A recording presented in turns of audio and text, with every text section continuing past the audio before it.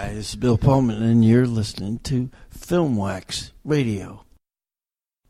Hey, everybody, it's Monday, December 18th. My name is Adam Shartoff. You're listening to Filmwax Radio, episode number 451. Today, we have two segments coming up. One is regarding a new documentary called The Family I Had. We have the filmmakers, Carlye Rubin and Katie Green, as well as one of the subjects of the film. Her name is Charity Lee, and it's a very intense story, and we'll get to that in a second. After that, we have the director of a new Western. It's currently out, actually, in New York already, but it is also, I think, opening in Los Angeles this coming Friday, which is, I believe, the 22nd of December. So, and then even broader. And that one is called The Ballad of Lefty Brown. And we have the director, Jared Moshé, as well as the actor, Bill Pullman, which is exciting. I was up last night, couldn't get to bed, so I put on a film that had just sort of been arbitrarily, on this list, not arbitrary that it was on the list, but I just chose it arbitrarily, called May in the Summer. I had no idea why it was on my list, other than I probably read something really good about it, or something intrigued me about it, and so I put it on my list of films to check out when I can, and I finally just found it and put it on, and then all of a sudden there's like one American actor, and it's Bill Pullman again, which is kind of funny, since the film takes place in Jordan, and it's filled with mostly either Mediterranean actors or Mediterranean American actors. It was just kind of funny, but Bill Pullman plays an American who works there and lives there. But in this film, The Ballad of Lefty Brown, Bill Pullman is the lead actor in this film, and it's terrific. And we're going to talk to Bill and Jared Moshé, again, the director, in just a little while. But first up here, again, the documentary is called The Family I Had. It's going to have its broadcast premiere on December the 21st on Investigation Discovery. Check your listings. The film had its world premiere at Tribeca Film Festival this past spring. It screened at the Hamptons International Film Festival, New Orleans Film Festival, Camden International, Raindance Film Festival, and the Melbourne International Film Festival. It's an amazing story. Charity, who's going to be on this segment coming up now, walks a fine line between love and fear of her son Paris. It's been 10 years since Paris killed his sister, Charity's daughter, and she is left questioning his chance at redemption and her ability to forgive. We peel back the layers to reveal a family history previously marked by intra-family violence as she embraces motherhood for a third time with a new baby boy. Multiple accounts allow for conflicting points of view, leaving the audience questioning where the ultimate truth and accountability lies. All right, so again, it's called The Family I Had. We have the team coming up right now. Again, we have filmmakers Carlye Rubin and Katie Green with the subject of the documentary, Charity Lee, and they're all appearing here on episode 451 of Filmwax Radio right now. 911, go ahead. I accidentally killed somebody. You think you killed somebody? No, I know I did. My sister? I feel so messed up. The day that Ella was born, Paris fell in love. Years later, he destroyed my life. I'm horrified about what he did to Ella, but I never stopped loving Paris. Paris knows somewhere inside of him, he is dark. And it's so obvious that he needs help. He said, you used to say that you would never be able to kill anybody unless they hurt one of your kids. I bet you didn't think it was going to turn out like this. I'm really delighted to be with you guys. I'm sitting with the directors of a new documentary called The Family I Had, Carlye Rubin and Katie Green, and also, I would say, the primary subject of the documentary, Charity Lee, and the film will be broadcasting on Investigation Discovery on December 21st. And everybody's got to see this documentary. It is really a powerful story, to say the least, and so we can talk about it. And the film premiered at Tribeca Film Festival this year, right? Obviously, this past April or what have you. I don't know how I missed it. My mistake. But I got to catch up with it. A lot of great films there. Talking to the mic, though. A lot of great films there this year. That's probably why. Yeah. But it's also there's so many that you kind of have to just fly by the seat of your pants a little bit, But I eventually catch up because, of course, the films come out via broadcast or theatrical. Did you do any theatricals, or is that something that's happening? No, we're Mrs. not doing theatricals. We did a short sort of festival circuit. Sure, and good ones, I might add. Very top of the line. Yeah, we had some great festivals. Great festivals and really nice sure. audiences. Mm-hmm. And now we're going to go straight to broadcast. Can I ask what went into that decision, if you can discuss it? Like, what went into that decision? Is it just as opposed to doing theatricals, which... Is there an answer? Maybe you don't have I don't think that's right. Much of a decision. Yeah. It just was like something you knew you were going to do. Yeah, I mean, I think they weren't. We didn't feel Hold it. that Just keep this talking. was not going to be a film that they felt was suitable for theatrical. Mm-hmm. And I guess having a network that was interested just gave us the opportunity to go straight to that. Yeah. Well, hi, Charity. Hi. Obviously, it's covering some very dark material. There's something about the way you shot it, though, and the way you produced it, which actually really doesn't feel that way. It may be because over the course of the film, there's something that opens up and seems to kind of elevate the subject matter about in terms of maybe hope and healing, that part of it, the story. Charity, what do you think? And now that, of course, you've been part of the whole process, and I'm sure you've seen the film a few times. How was it from your perspective? From my perspective, it was, I just lived my life and they followed me around. I mean, it was when they first contacted me, it was to make a completely different film. And so somewhere in the process, we shifted gears, and I've always just been okay with it. I don't know why, because I didn't know Katie and Carlye when they contacted me, but I was just like, sure, you can come follow me around. And I felt comfortable, so it was fine. Were you approached by any other filmmakers to tell part of your story, or the whole, because there's various parts of the story that are all kind of converge. Right. But were you ever approached before? No, not by anybody else. Okay. So tell me, co-directors, about that. What was the initial project about? It's supposed to be about. Right. And how did it evolve? So we were following. We were looking. I want to jump in. We were initially looking at juvenile life without parole sentencing. If we're really going back to 2012. Okay. And once that shift happened, in terms of that becoming unconstitutional, in terms of mandatory sentences for juveniles, we thought we would broaden our, spectrum and look at just extreme sentencing of youth. So we were, very much looking for stories of juveniles in the system and their families, and really how it affected the families. It's a great story too, but I can see why once you met Charity and heard her story, and it was still, going on in real time. So. Right. So we were following Charity in another case actually for a few years, and the more we spent time with her and her family and got to know her and learn more about her story, we realized that it was very difficult to kind of pigeonhole this story within this wider, kind of macro look at the system. Right. So that's when we kind of pivoted, but that wasn't without its endless conversations and going back and forth about, was this the right decision, and would the family be open to it, and was that the film we wanted to make? Yeah. So it was a difficult shift, but sure, I'm sure it was. Can I ask you again? Talk about what you can, and if there's certain things I don't know, I'm not privy to all the background of it. So, but if you did you have investigation discovery, for instance, or motto on board for the initial theme, which was juvenile? No, it was actually only once we sentencing. pivoted. Once we pivoted and decided we were going to pursue both stories, but as separate films. Yes. Okay. And at that time, I think the family I had, which wasn't called the family I had at that time, it was just an untitled. We then were involved in TFI Network, which is an event that Tribeca hold, where they pair filmmakers with people in the industry.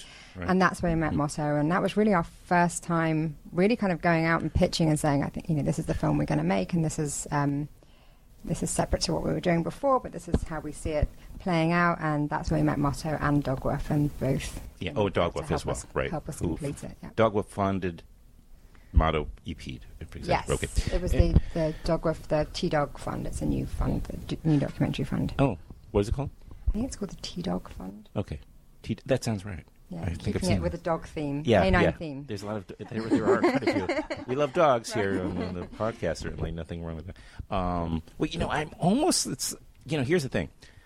I got very lucky because I really knew very little about the film. As I said, I didn't catch up with it at the Tribeca Film Festival, and I just got sent the documentary link, actually, and I went into it completely not knowing a thing about it. I like that. Sometimes I don't want to read too much because I want to be surprised.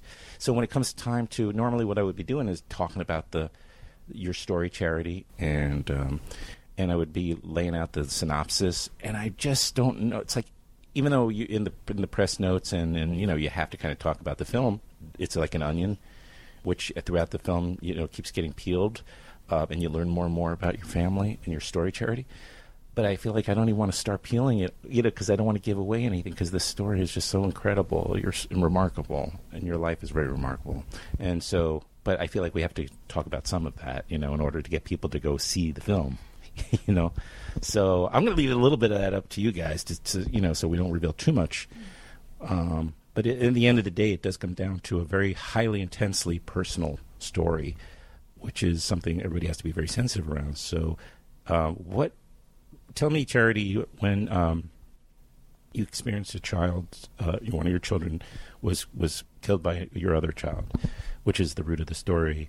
So when you have filmmakers coming in, and then all of a sudden the film becomes about you, and you already said you were okay with it, but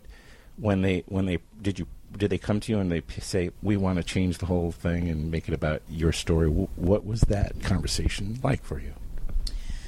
Well, they just called me one day and they were like, there's been a little change.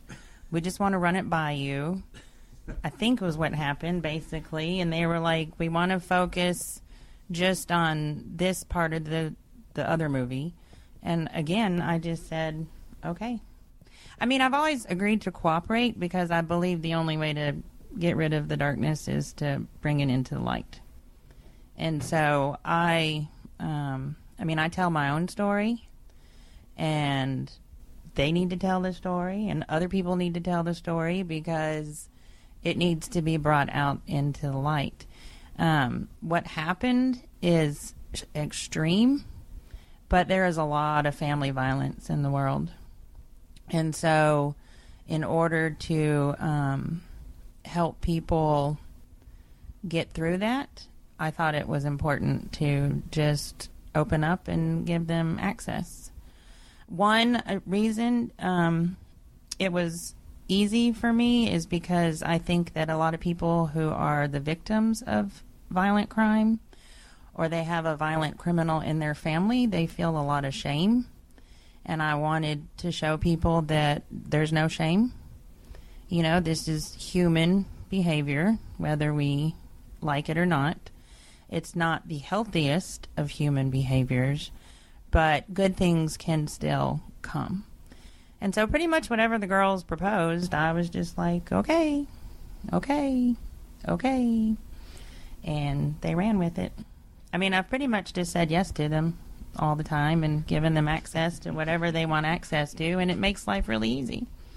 I mean, you just keep saying yes. So, and you're still saying thankfully you're joining us today. I appreciate it because it's your story, and it should never the focus of the conversation couldn't get far from that. I'm a parent myself, so I can understand. So, did you guys have she basically described the conversation pretty accurately, I guess, right? Were you worried about what all that would entail, shifting the story to hers? And sure. I mean, I think we were worried on several levels. For one, we had done a Kickstarter campaign, and we were pitching one film. How much were you raising for that? Like 40. Okay, 40. it's modest for. She already knows. I talk to our financial expert over here. It wasn't a lot of money, and we really like. Right, but still, it's not our strong suit, fundraising. But that's a whole other conversation. But yeah, so we felt a slight concern to our backers. Right, you felt obligated to your your backers. Right, but I think we were incredibly honest with them up front and said, this is what's going on. We're shifting. We're not, we're still making this other film, but this is what's going on, and here's why. Right. So that was one concern. And the other concern was, when you approach somebody to make a film about one thing and then you shift in the process, which happens in documentaries sometimes, you don't want to feel like you're misleading, or like it was as much of a surprise to us as it was probably to Charity. So there was that concern as well. Yeah. So Charity, your son, his name is Paris. He's currently serving 40 years? 40-year sentence. Okay, pull the number, because that's just such an extreme sentence. It's mind-boggling. Was he coming up for parole at a certain point? Not until 2027. Okay. He has to serve half of his sentence. He's a capital murderer in Texas, and the law says he has to serve 50% of his sentence. He doesn't get good time credit. He doesn't get credit for anything. That's just the mandatory part of the arrangement, I understand. Yeah. And how do you work with the system? I of course don't have any knowledge of it, so I just don't. In terms of interviewing him, and how many times did you guys go to and sit with Paris over time? So every state is different. I mean, during the process of actually, the original film we were making, we actually had some experience of learning which states you can get inside to film in. And Texas allows you access to any inmate for 1 hour every 3 months. I think you can apply for an interview, and you have a very sort of set. I mean, you can see in the film through the. It's not the most aesthetically pleasing interview setup, but that's the situation. And we got to film Paris. I think we went 3 times over the course of 3 years. I think we went once a year. Okay. And we had about an hour to an hour and a half each time with him. I think the first time they forgot about us. The guards forgot about us, so we did get. It was almost about 2 hours that we had together, but every other time, there's guards rigid. there. They were rigid. Sure. I think the guard was like in and out, but I think the media handler, like these prisons have media handlers, which is just weird in itself, but had come in and be like, oh, you're still here, like filming. So, but yeah. Paris had just arrived that morning as well. He'd just been transferred from a juvenile, he had been transferred from his other prison. So he had, I mean, I have to say, like, that was really a sort of strange, must have been such a strange experience for Paris to just arrive that morning at this new prison, and then within like a couple of hours he was there having this interview with us, and that's when he was. But he was incredibly focused and professional in this sort of. But wasn't that the time that we thought they were moving him to make it more difficult? We had put in a request to film with him, and then I think we hadn't heard, and we were filming with you, and I think we got word when we were with you that he had been transferred. Because it was his birthday. Exactly, and we were able to get access because he was transferred on his birthday. On his birthday too, and to the more violent prison, right, where you were really Charity. You were reading up on, which is also a new thing to learn, that you can actually read like the Yelp version of the prisons and find out. It is Yelp.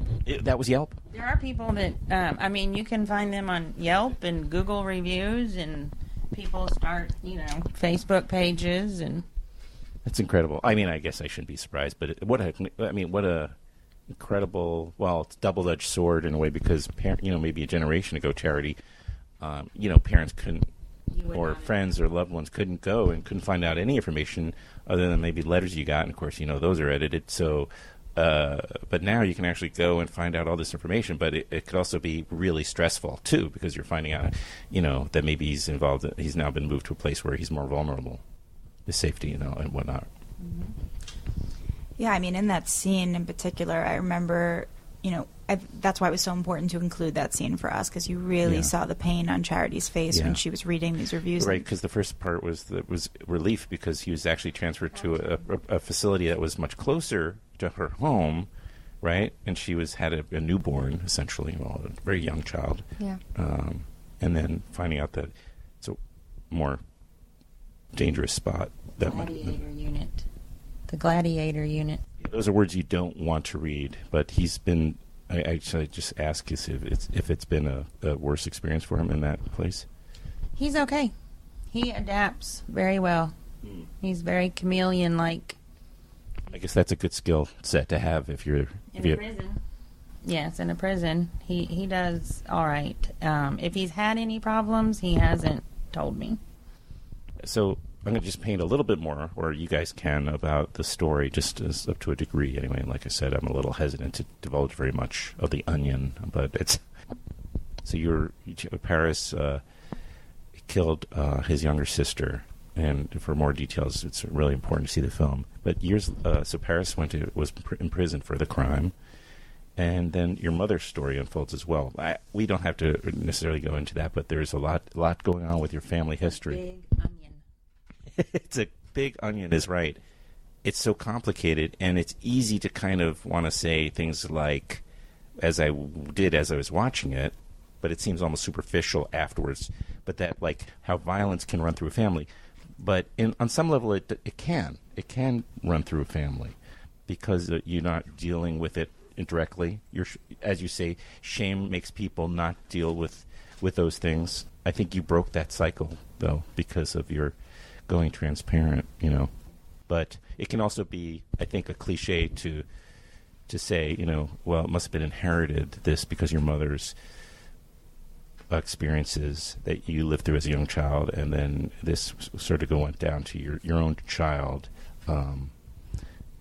It's easy to simplify and paint this kind of, picture, but it doesn't really get to the heart of the problem, which is about hiding and shame, and the shame around violence within a family, right? I'm just putting it out there. That wasn't really a question, was it? It was more of a comment, but it's what I took away from the film. Is there, in other words, let me rephrase it.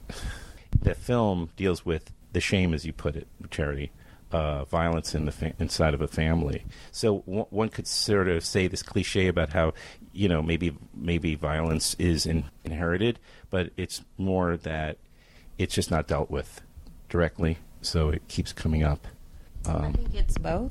And I think that,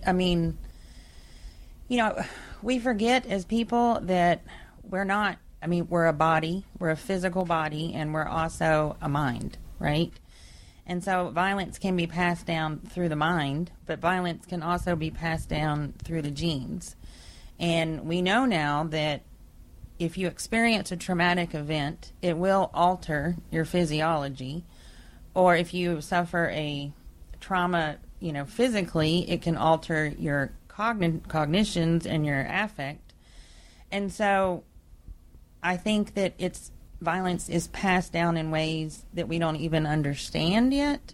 But in order to gain any understanding of it, we have to be transparent about it, because it's a very complex and complicated interaction between, family psychological history, family genetics, and we're just not really sure. Researchers and scientists aren't sure exactly what that interplay is.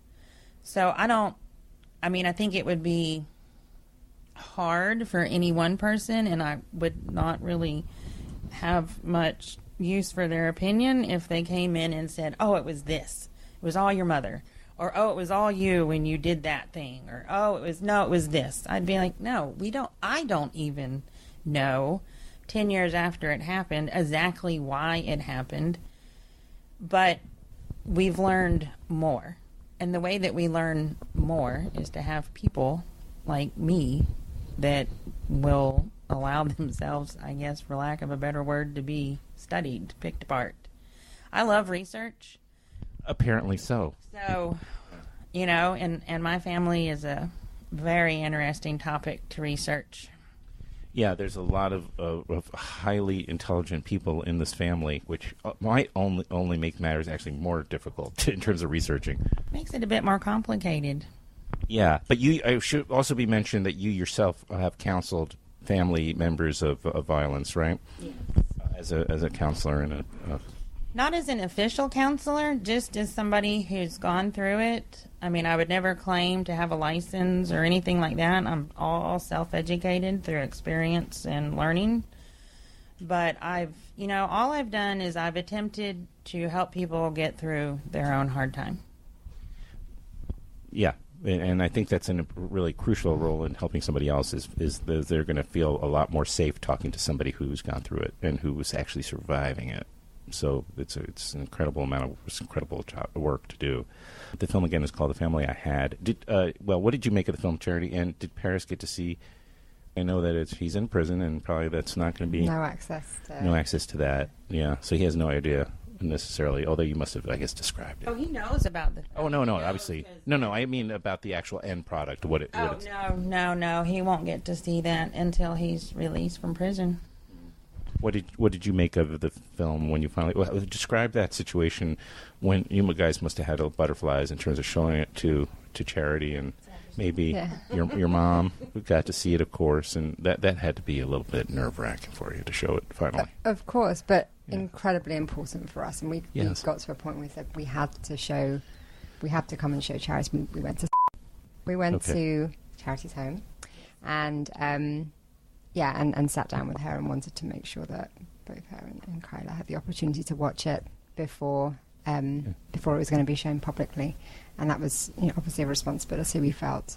And we were very, very nervous. I mean, Charity has been incredibly gracious with her time and the story over the years. So it was important to us that she felt we had done it justice. Sure, and she endorses the film. And did you have anything to add, Carlye? No, I mean, I think in any film process, it's the most nerve-wracking part is to show your subjects. I mean, of course, you want people to like your film and want to see your film and all of that, but it's like the front lines is always the subjects. And I can remember with our first film being incredibly just ill over the idea of having to show them, but knowing how important it was. So this was no different. This was, slightly more emotionally, I think, heightened because of the subject matter and, knowing that we were dredging up all these old traumas, and we felt a lot of guilt and incredible responsibility over that. So, were you there at Tribeca and a couple of other festivals? Yes. Just Tribeca. Okay, what was your experience seeing the film finally for the first time? It was harder than I thought it would be, but not because the telling the story is not hard for me. But they had asked for, and I gave them a lot of the old movies from the home movies. And one of the ways that I'm able to cope with what happened is I think about the past a lot. And I can write about the past, but to visually see my past is very difficult. And so the first time I saw the film and I saw Ella and her brother together again, that was hard. But as far as the story or having it out there, to me, it's hard for very personal reasons, because those are my babies, and I miss them still. And so just to see them. And, it was interesting to kind of see it from somebody else's perspective. But the hard thing for me is just seeing the kids. That's it. Well, thank you for being so honest and open still. The name of the film, again, is The Family I Had. It's co-directed by Carlye Rubin and Katie Green. And we'll be on Investigation Discovery again on December 21st, right? So check your local listings, and we'll put details up on our show notes and all that about it. But thank you. Thank you all so much for doing this interview. I appreciate it. Thank you. Nice meeting you. Okay, The Ballad of Lefty Brown, currently playing in Manhattan. Got some good reviews, by the way. And if you're a fan of the Western, going back to, from all the way back to, of course, Howard Hawks and John Ford, right through Sam Peckinpah, perhaps, and the more modern take on the Western genre, Robert Altman, etc.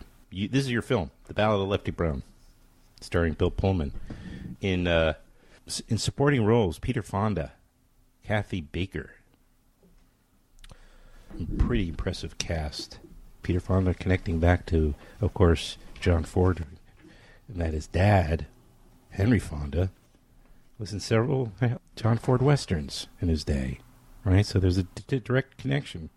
Let's see, the synopsis for The Ballad of Lefty Brown. When cowboy Lefty Brown, played by our guest Bill Pullman, witnesses the murder of his longtime partner, the newly elected Senator Edward Johnson, Fonda, he strikes out to find the killers and avenge his friend's gruesome death. Tracking the outlaws across the vast and desolate Montana plains, Lefty recruits a young gunslinger, Jeremiah, played by the actor Diego Joseph, and an old friend, a hard-drinking U.S. Marshal, played by the wonderful Tommy Flanagan, to help deliver the men to justice. I should mention that I believe this was shot on film.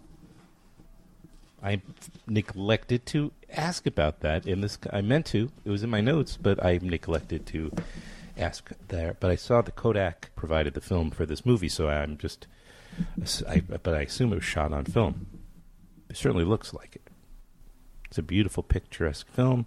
It's heartening that you could still shoot a movie like this in these United States. Well, without any further hesitation, here it is, a conversation about the movie, The Ballad of Lefty Brown, with filmmaker Jared Moshé and actor Bill Pullman. And we'll be back afterward for the outro. Marshall, 40 years we rode together. I never got anything right. Maybe somebody else ought to be in charge. Now, don't you go starting on me, too. I ain't starting nothing. I reckon you're gonna stand tall, or you ain't.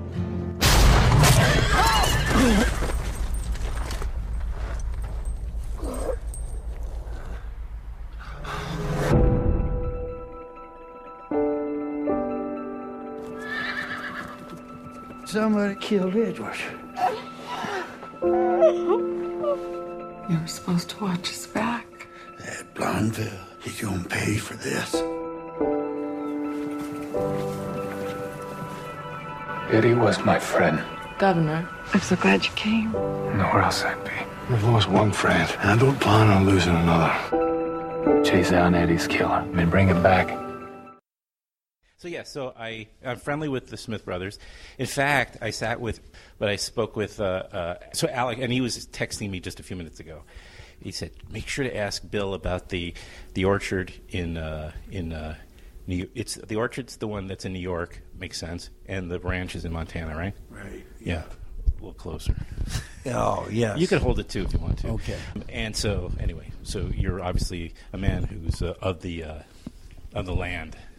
So these parts are natural, whether it's of course Jared's film, Ballad of Lefty Brown, which is why we're here, or the Smith brothers' recent film. Did you get a chance to see that, Jared? Yeah, I got to see it at South by Southwest. Oh, right. It was really, it's incredible. I mean, Montana has such a wonderful landscape, Yes. and they do such a fantastic job of capturing that. Yeah. In crafting a story that is so much about that world. Mm-hmm. You seem like such a nice young man. He's wearing a very festive, like kind of a winter sweater. I don't know how to like. It's kind of like arts and craftsy kind of sweater. Yeah, it's verging on holiday sweater. You make these big old westerns. It seems to run. I'm the Jew from New York who likes making Western movies. Well, that's pretty awesome. Who was introduced to Westerns by my father, who's Greek, or born and raised in Greece. Okay. But you grew up in New York? I grew up in New York, yeah. Okay, very good. By the way, I'm also friendly because the podcast just keeps leading me back to David Call, the actor. Oh, David's great. Yeah, he's such a good guy. Yeah. He worked with on your last, The Dead Man's Burden. Yeah, Dead Man's Burden. So, well, I'm glad to be here and to talk about this film. I loved it. I'm a big fan of the old Westerns as well. So this is right in line, with that whole mythology of the American West. And so I'm guessing you grew up with that at home. I grew up watching Westerns. I think for my dad at first, I think, for him when he's a kid, America just exported so many Westerns to Europe. It's what he grew up watching. But for me, I love that place where like mythology and history meets, and the Western is that. Right.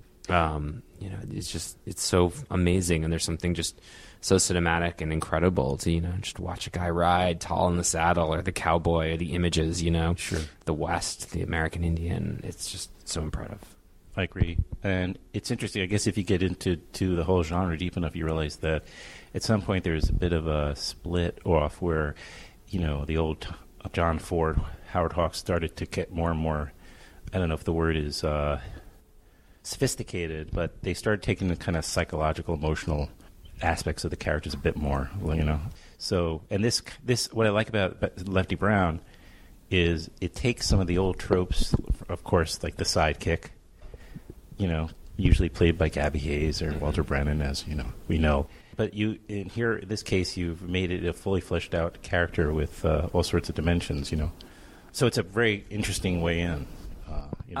Yeah, I think that I've always been really interested in that character. Because that character exists in every Western. There's always a sidekick, and often it's comedic, and often it's laughed at. Right, it's usually the comic relief, or comic foil, what have you. We hosted this Western marathon in Austin a couple weeks ago, and one of the movies we watched was Red River, and I had actually forgotten the whole Walter Brennan loses his teeth while playing poker, and throughout the entire movie he's arguing with this guy he lost his teeth over, and he's doesn't have his teeth. It's so comedic, right. And yet in that movie, when John Wayne has three guys who are about to kill him, who saves him? It's Walter Brennan, who throws him his rifle. Now it's not so surprising. I confuse Walter Brennan and Gabby Hayes often, and now I have Bill Pullman to confuse in there as well. They are all so similar. You're taking something from those characters a little bit. There's something in your speech and your body language. You know what I'm saying?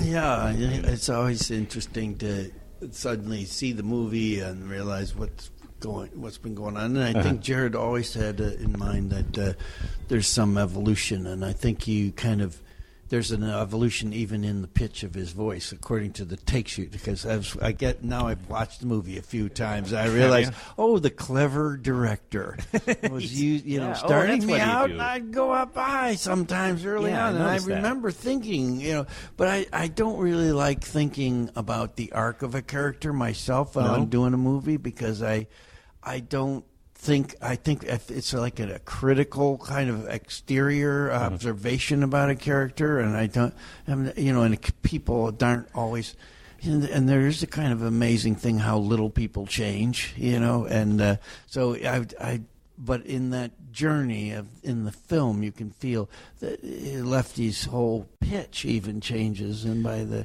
somewhere after the first third of it, it's really that high register never happens again. So, right.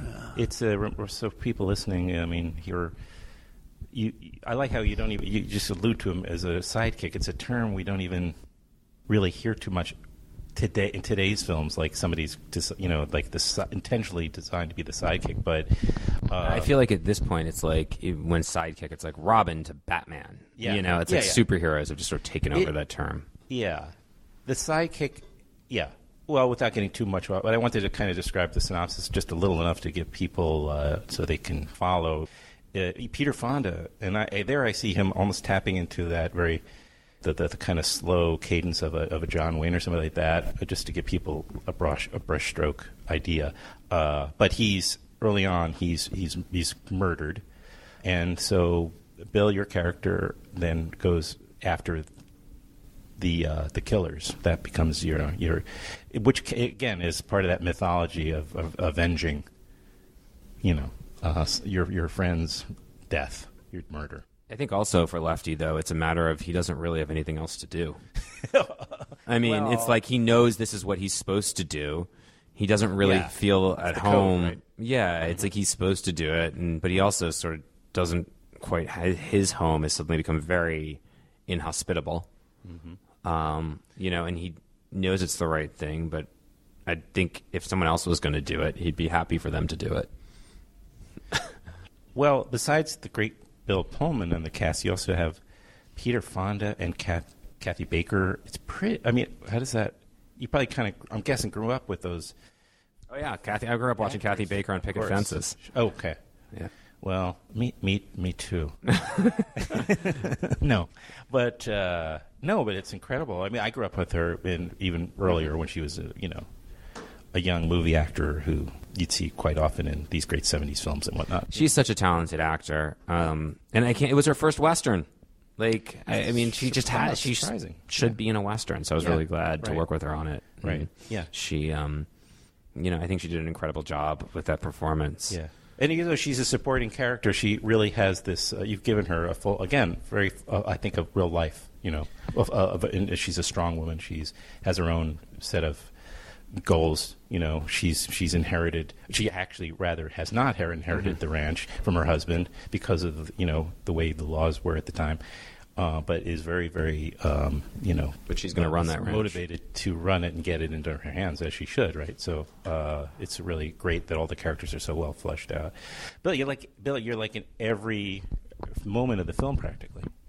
You're like in almost every single scene. How long was the shoot and what was that experience? It wasn't enough. No. I wanted to be more than in every scene. I wanted to be in the credits. I figured. You want to read the credits, like instead of unrolling them. First up, Bill Pullman. Second up, Kathy Baker. It was very odd that the first day of shooting was the one day I didn't work. So I came to the set, because I wanted to just kind of break that barrier. You're always a certain amount of energy you carry when you're starting a movie, I find. And the first day, it's good to kind of make your way there beforehand. And so I got to watch everybody and from afar. But then the rest of the days, we were running and gunning for every day. Yeah. What was the shooting schedule? What was it like should we hold because of these sirens? You know what? If I did that for every one of my episodes here in Manhattan, I would be like... Oh, isn't that nice? You got good mics. It's the soundtrack of my show is sirens, emergency vehicles nonstop. It's okay. It's kind of. I think it gives a little bit of charm to it, like people that are listening from all of a sudden it gives them a perspective of location and but they don't have to worry. This is not a fire in this building, because this is radio. Right. People can't. There's a fire, all right. It's right in this room. Yeah, you guys are on fire. Well, where was I before the? Oh no, yeah. Siri with the win right there. Is that Siri? Tell her to mind her own business. Unless she has a good question. I don't know. She always pops up. My wife can never get Siri to work, except when she doesn't want Siri to work. Mm-hmm. She'll say something to me, and suddenly Siri will pop up. It's I don't know. We shot it in 20 days. Okay. So Bill worked 19 of them. Yeah. And he hung out on one. Right, as we said. But it's for those who are listening, and I know there are many. You actually don't live too far from where you shot, right? Right, Bill? You're pretty close by, so it wasn't too big a trip, right? Well, that was all coincidence. Was it? Yeah. It originally was going to be shot in New Mexico, and then maybe Calgary, and then Montana, but Montana's a big state. I hear. Yeah. The distance from the southeast corner to the northwest corner is the distance from Washington, D.C. to Chicago. That is a big one. So when Jared got on the phone and said, we love this Fonda Ranch. It's a town beginning with W. And you were like? I go through the Rolodex, because Wolf Point, that's 5 hours away. Well, that's still better than, New Mexico. And but it ended up being on a ranch that the first 2 weeks were 20 minutes from the house. That's what I read. So, it was unusual. And all the people that were in the crowd scenes I knew because they were all people that I forced Jared to look at and consider. And he was willing to do that. And it was such a important thing that we're going to get to go back to Montana in January and do a road show and take it to the little small old movie houses in about 6 cities. Yeah. And some are restored and fixed up. And beautiful. Yeah. That's fantastic. It's good to hear that, Yeah. And speaking of which, the crowd scenes and the smaller, some of the extras, rather, were your own family members, right, Bill? Yeah. But your niece played a whore. I understand. My nephew's wife, she got a rump. that, and then the son of a tractor mechanic, and the taxidermist was in it, and my one son played the banjo in the saloon. And, yes, right. Wife and daughter were in the hanging scene, and son Lewis was the one who put the noose around my neck.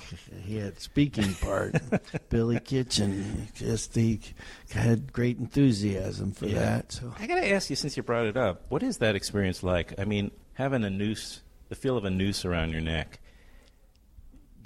Yeah. You can kind of relate all of a sudden to this historically to all these people that have been. Well, you think about handed those punishments. What it is to have a crowd pulling you, and you feel that this there's subduing you and rendering you inactive, and then putting a noose around your neck. It's a pretty scary thing, and we did it as the way Jared designed it. I'm getting dragged back to a log hut where they're going to pull off, and just string me up right back there. They seemed real ready. They were ready to go with that scene. It's like they were.